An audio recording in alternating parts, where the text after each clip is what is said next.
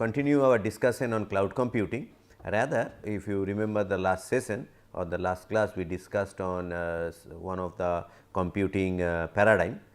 So, rather some of the this correlated or associated computing paradigms we are discussing in this couple of lectures.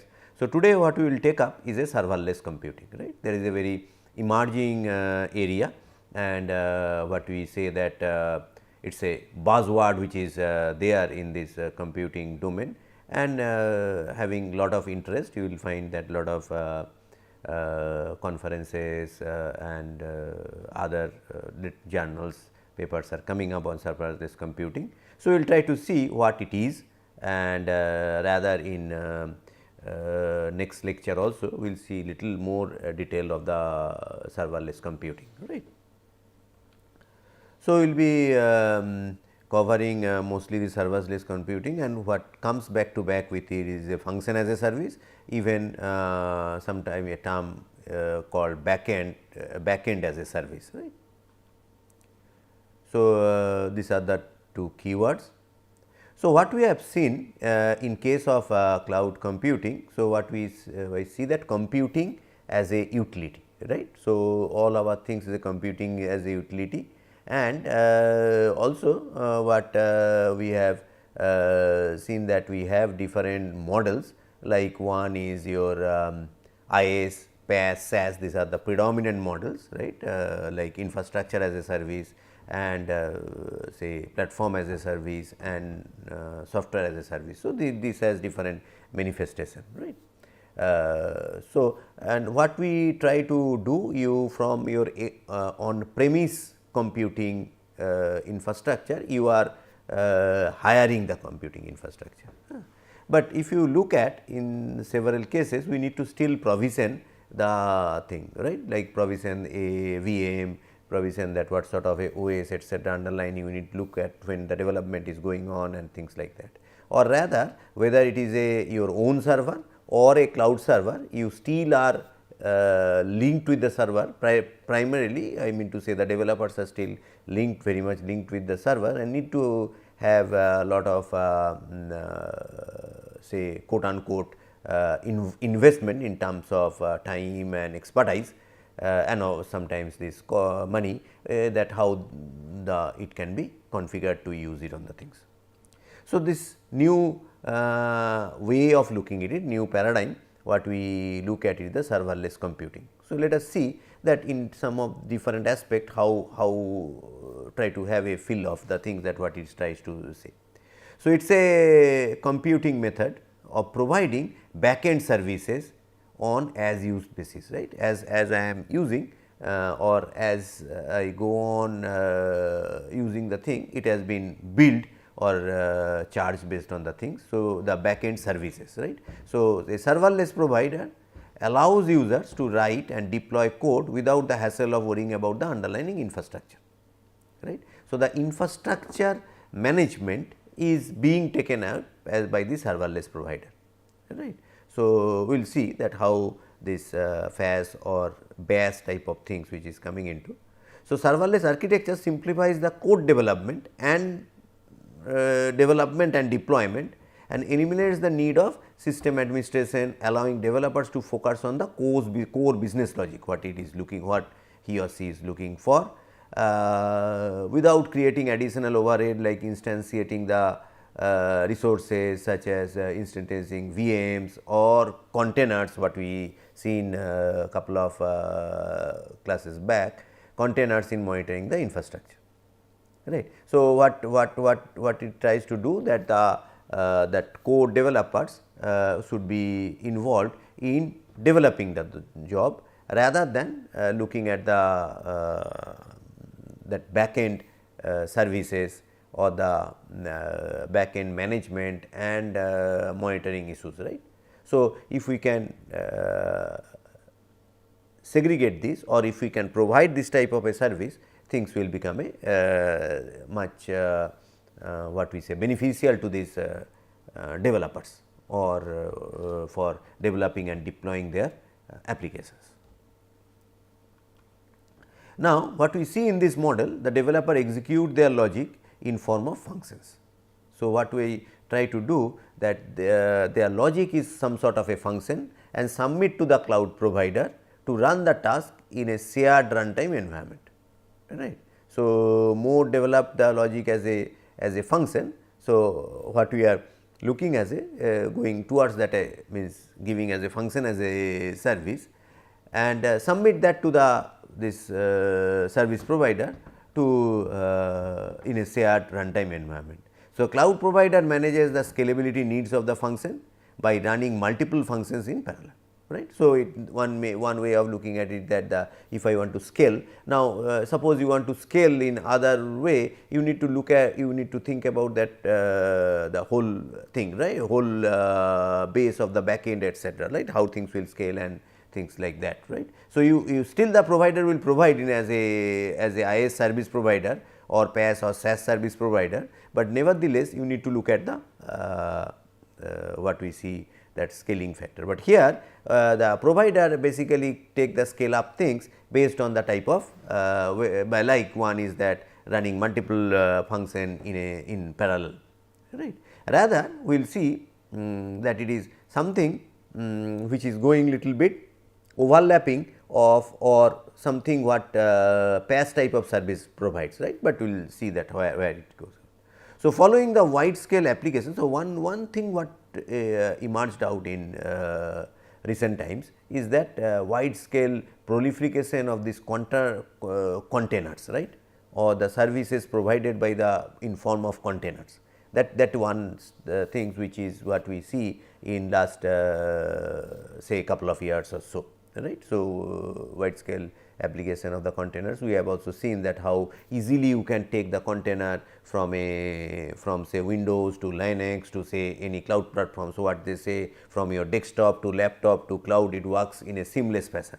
You do not have to go install the things of installing the things, but nevertheless you need to load, boot and if there are orchestration of the things, multiple things need to be orchestration that you need to look at. Like if you remember that our previous couple of class when we were discussing about containers, especially the example scenario where we have taken up two containers, one from one is that your MySQL and PHP MyAdmin from this Docker hub, and then we can run if the Docker this engine is running. So, you can run upfront, right, but still you need to run that Docker engine, right. So, that is there, but nevertheless this container has given a different dimension to deployment of different services, especially looking at the microservices and things like that. So, following the wide scale application of containerization approach, the cloud service provider adopted to offer a better fitting containers that require less time to boot, right. So, it is something the container needs to wake up. So, or what we say less time to load or boot, and to provide increased automation in handling orchestration, that is another challenge, containers on the behalf of the client, right. So, there may be challenges of orchestration of different services. So, how it can facilitate that is another challenge which need to be managed by which need to be realized by the client, right. Client want to have that orchestration of services to basically realize a particular outcome. So, serverless computing promises to achieve full automation in managing fine grained container, right. So, what we coined the word called fine grained.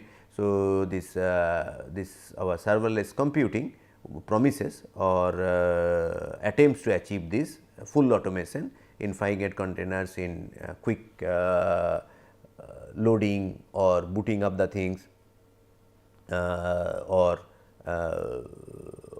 automatic or better handling or in automation in handling the orchestration or orchestration of containers, services and things like that.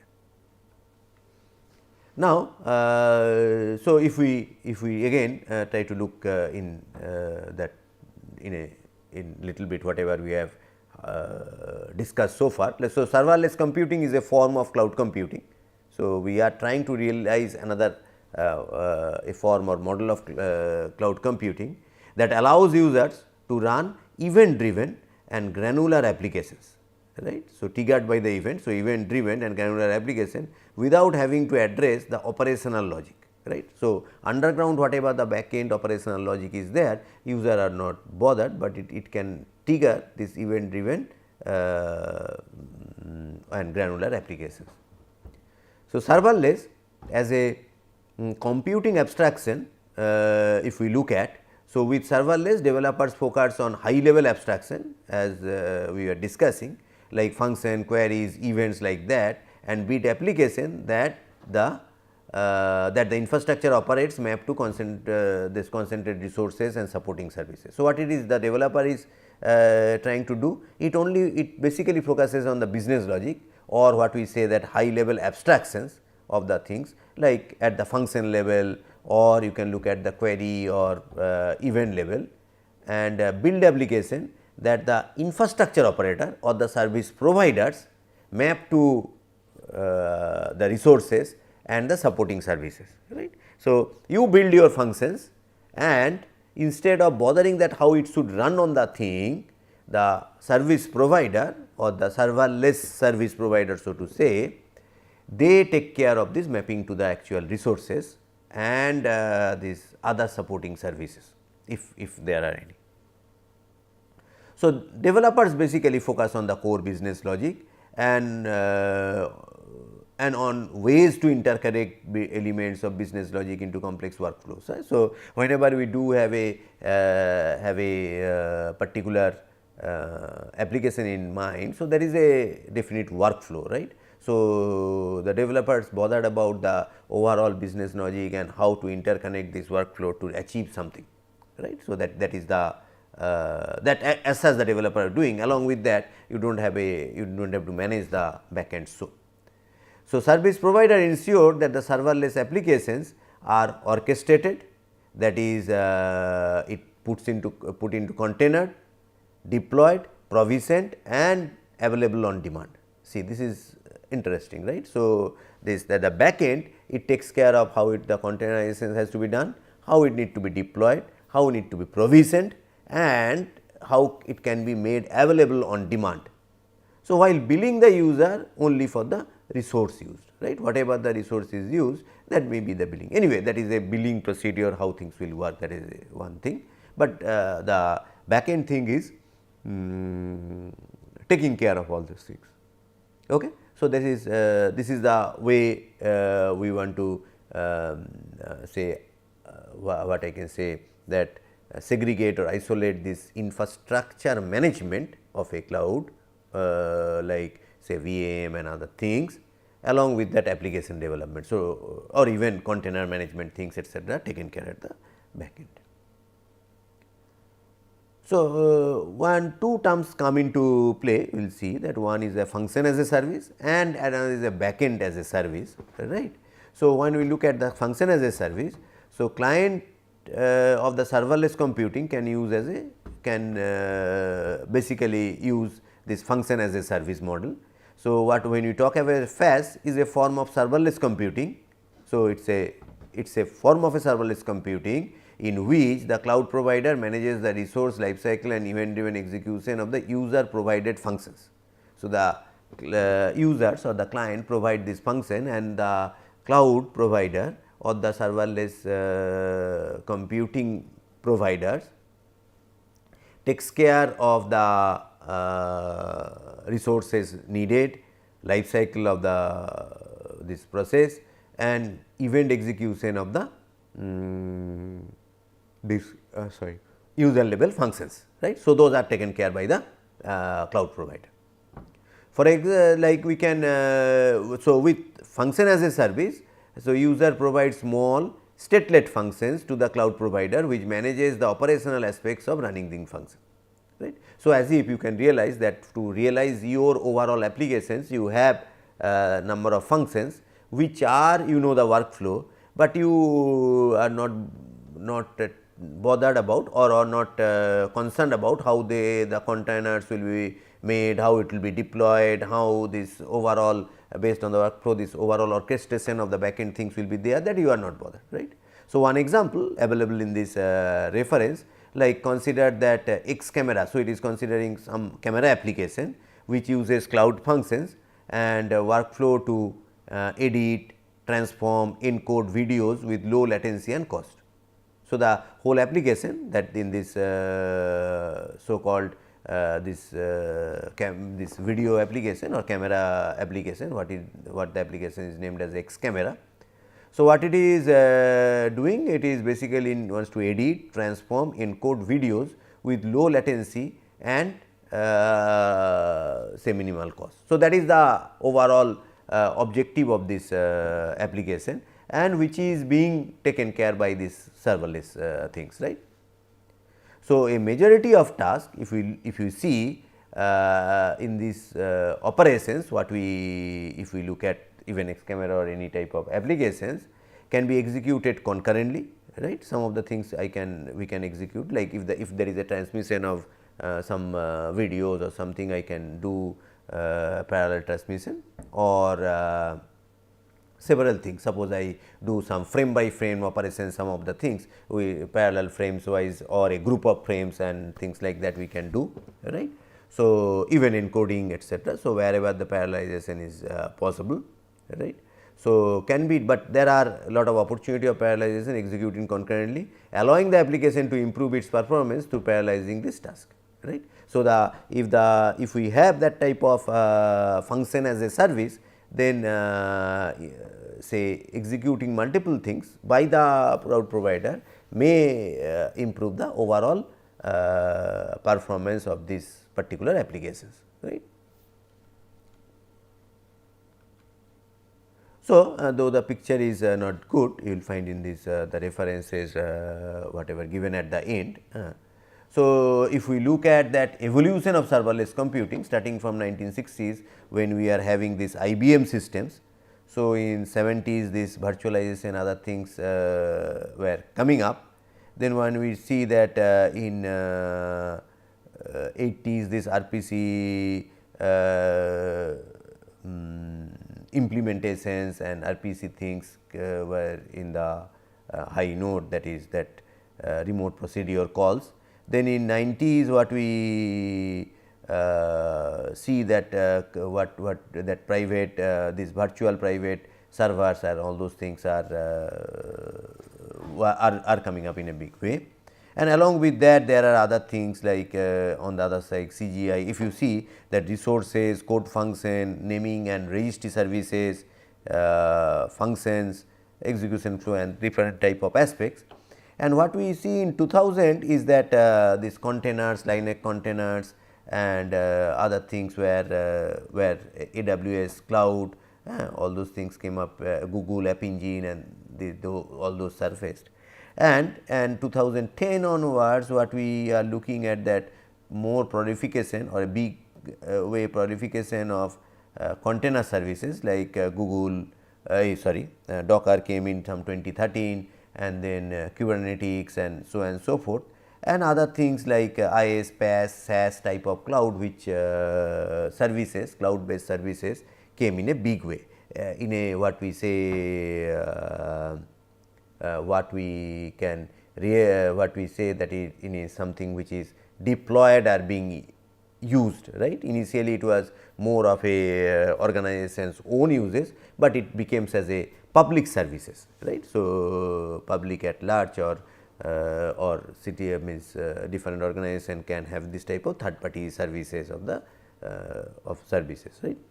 On the other hand, like if you see on the events, so that event driven architecture also 2010 onwards we see that a lot of activities there also.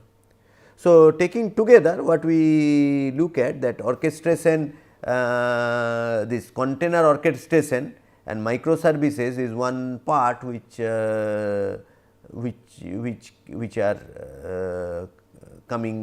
came up, or what we see it's a booming thing in these days, and which basically lead to this formation or realization of a function as a service model.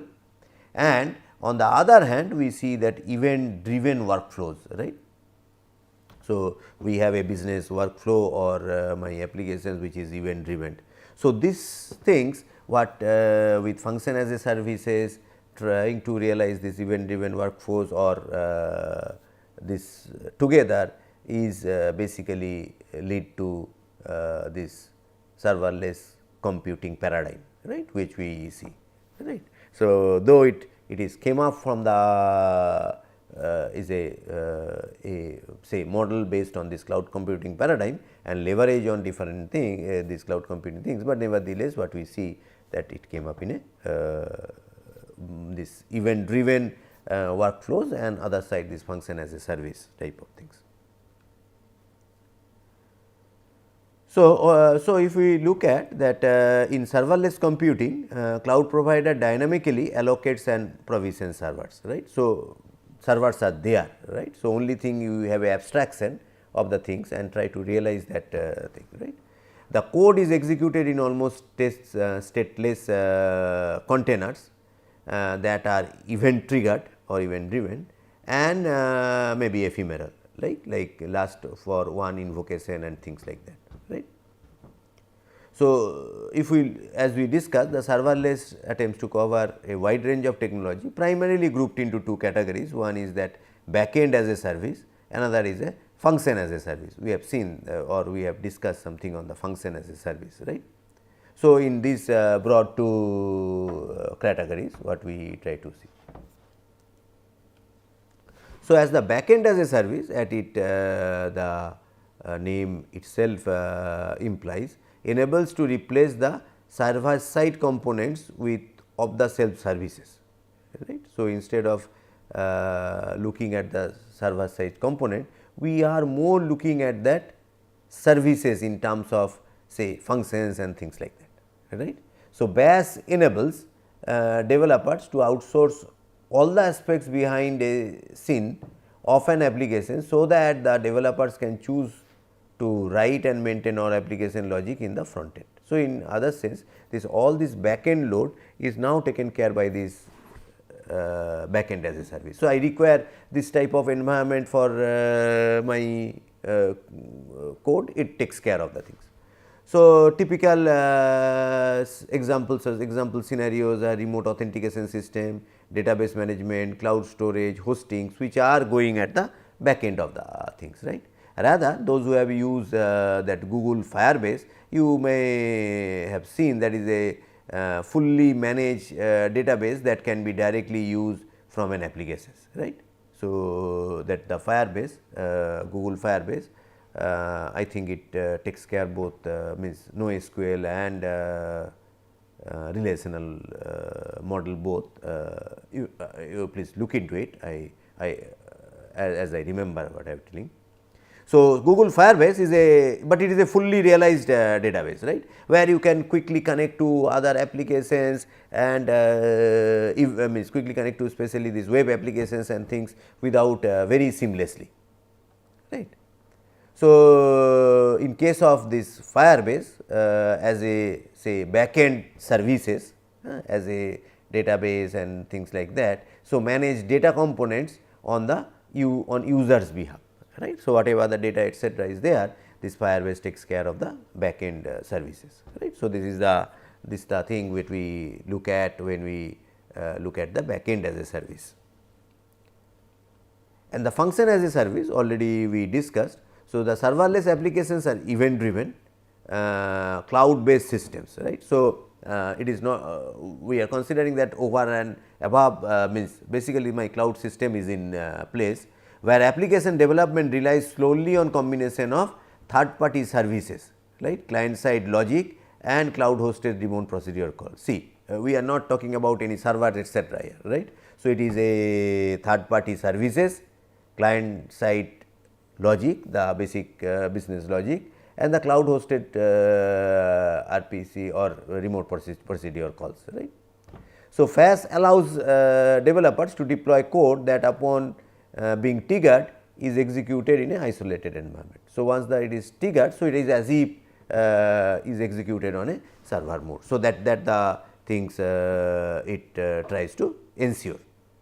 So, function are so each function typically describes a small part of the entire applications, right. So, I have the applications, what we realize is as a bunch of functions, and each function takes care of a chunk of this application. The execution time of the function is typically limited, right. So, if you look at AWS Lambda, it is typically I think 15 minutes or so. So, it is based on the type of things, it is the execution time is limited. So, function are not constantly active, instead fast platform listen for the events that initiate the functions, right. So, function are instantiated whenever that things are that platforms are it is triggered, right.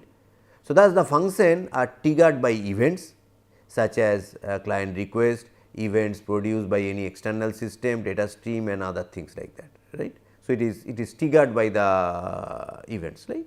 Like in the camera application, I do not know that how wholly it works, but it can be event by a movement of any object of the things, it is getting triggered. It is not like that every time it is capturing and editing, filtering, means capturing, storing, filtering the image, videos, etc. But nevertheless, it is triggered by something, right. It can be triggered by some object movement, it can be triggered by something that predefined time of switching on the cameras and so on and so forth.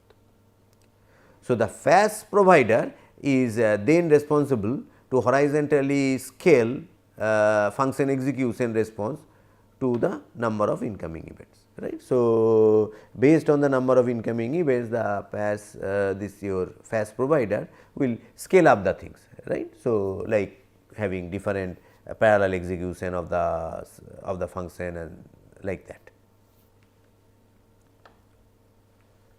So, there are if we look at, there are not all good things, there are there are several challenges, or there are several what we say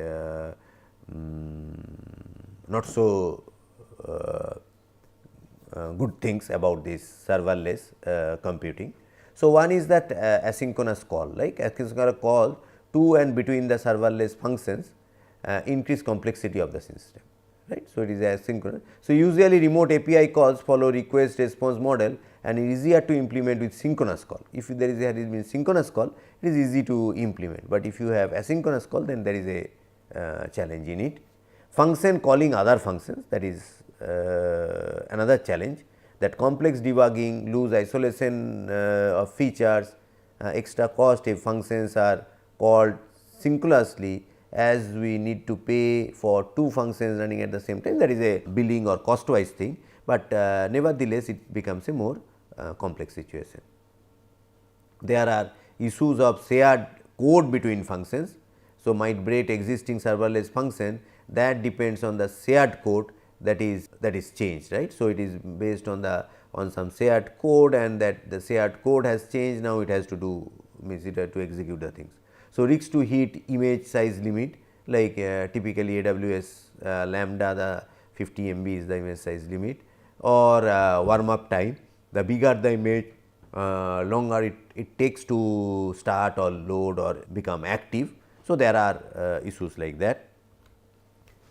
So, usage of too many libraries, right. So, increase space used by the libraries, increase the risk to hit image size limit and so on and so forth. So, too many libraries, adaptation of too many technologies, right, such as different libraries, different frameworks, languages. Now, you have become very flexible, right. You are telling that lot of things need to be all my backend work is maintained by the provider, I only write the function based on my business logic, rest it be executed. So, it becomes too many technologies may be involved. So, add maintenance complexity and increases skill requirement for people working within the project, right. So, that who are working in the project or who are at the maintaining the things require more means skill full people, right. And at times there may be too many functions, though that already we discussed. Creation of function without reusing the existing one. So, non-active serverless function does not cost anything. So, there are a temptation that you keep create new functions instead of alternating the existing function to match change requirements, right. So, decrease maintainability and lower system understandability, right. So, what happened, a running system if you are using, so what happened that it goes for different change requests and go on updating. Now, in this case if you see that so long the function is not instantiated, so executing, so what we have the whatever it is not, you are not paying for that, right. So, while a new functions or new change request or something new is coming. So, it is there may be a tendency of updating this function, not to update, create a new function and deploy, because you do not want to disturb the previous functions and type of things, right. One may be that one psychology may be that if sometime it is coming to use, you can use. So, what happened, too many functions comes into play and it creates a problem of maintainability, and of course, also overall understandability of the system, especially when you are handovering to some other things like that. So, these are some of the issues faced by the serverless computing in this paradigm. So, just to look at, there are popular things, there are many more. So, like AWS have a what we say, AWS Lambda platform, whereas Google has a Google Cloud Functions or Cloud Functions for Google in the Google Cloud, and Microsoft Azure is Azure Functions. So, these are the popular things which are there, and which and there are several others, right, means environment, but these are pretty popular things. There are few open source stuff also that which you can use for this serverless computing. So, Google, if you see that we have different virtual servers, these are the functions, and there are databases and also different type of storage services, right, which is there. Okay. So, what we try to see that what is the overview of the serverless computing paradigm, how it helps say developers to develop and deploy their applications, looking at the core business logic in a more efficient and fast method, and is being billed or charged for the instantiation of that function instead of the whole infrastructure what it has taken now. So, with this let us conclude our discussion today. There are few references, some of the other things are taken from the internet maybe. So, these references are, you can have a look on the things. So, let us conclude our discussion today. We will continue our discussion on serverless computing in the next session. Thank you.